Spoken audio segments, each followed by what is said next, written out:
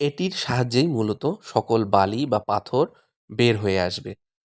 আপনারা দেখতে পাচ্ছেন এই যে পাইপটির কথা বলেছিলাম, এই পাইপটির সাহায্যে পানিগুলো বের হচ্ছে, যে বোরিংয়ের পানিগুলো বের হচ্ছে এবং এর সাথে সাথে স্যাম্পল বের হয়ে আসতেছে।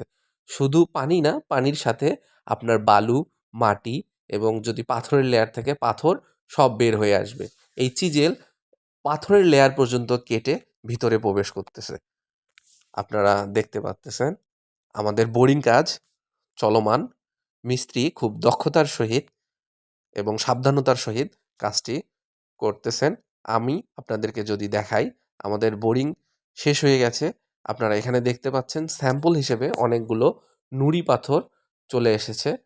আমরা আমাদের কাঙ্ক্ষিত গভীরতায় প্রবেশ করেছি এবং আমরা আমাদের ভালো লেয়ারে, যে লেয়ারে পানি ভালো সেই লেয়ারটি পেয়ে গিয়েছি। তাই আমরা এখন বোরিং পাইপগুলো সব খুলে ফেলবো। খুলে ফেলে এখানে প্লাস্টিকের, আমরা ৪ ইঞ্চি বোরিং করেছি, আমরা প্লাস্টিকের ২ ইঞ্চি পাইপ এখানে প্রবেশ করাবো। আপনারা দেখতে পাচ্ছেন এখন পাইপগুলোকে উপরে তোলা হচ্ছে। যেগুলো বোরিং করে নিচে প্রবেশ করা হয়েছিল সেগুলো এখন একটি একটি করে উপরে উঠানো হচ্ছে। আপনারা দেখতে পাচ্ছেন একটি কপিকলের সাহায্যে এটিকে উপরে উঠানো হচ্ছে।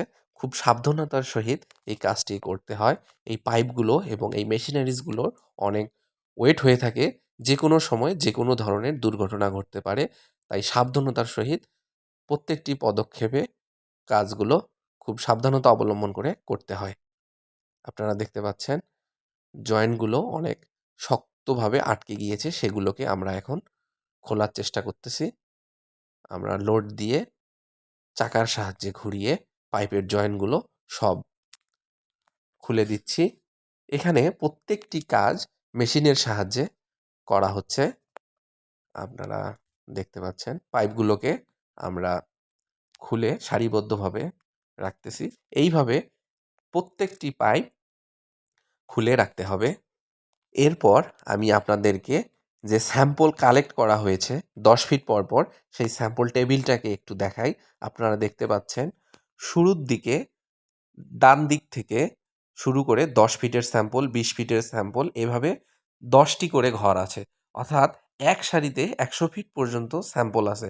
অর্থাৎ আমরা ১০০ ফিটে গিয়ে পাথর পেয়েছি ১১০, ২০, ৩০, ৪০ আমরা পাথর পাইনি। আবার ১৫০ এ গিয়ে পাথর পেয়েছি।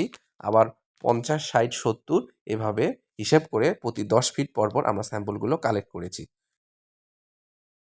আমরা বোরিংয়ে ২ ইঞ্চি পাইপ প্রবেশ করিয়েছি এবং উপরিভাগের ১০ ফিটে লোহার পাইপ বসিয়ে টিউবওয়েল সেট করেছি এবং টিউবওয়েলের সাথে একটি মোটর যেন বসানো যায়, পানি যেন সহজে উত্তোলন করা যায়, এজন্য একটি লাইন রেখেছি। আপনারা দেখতে পাচ্ছেন মোটরের সাহায্যে পানি বের হচ্ছে।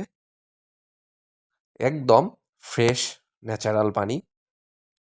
আপনারা আপনাদের নিকটস্থ জনস্বাস্থ্য অফিসে ১০ থেকে ১৫টি পরিবার আবেদন করে নির্দিষ্ট ফি দিয়ে এই সেবাটি নিতে পারেন। ধন্যবাদ সকলকে।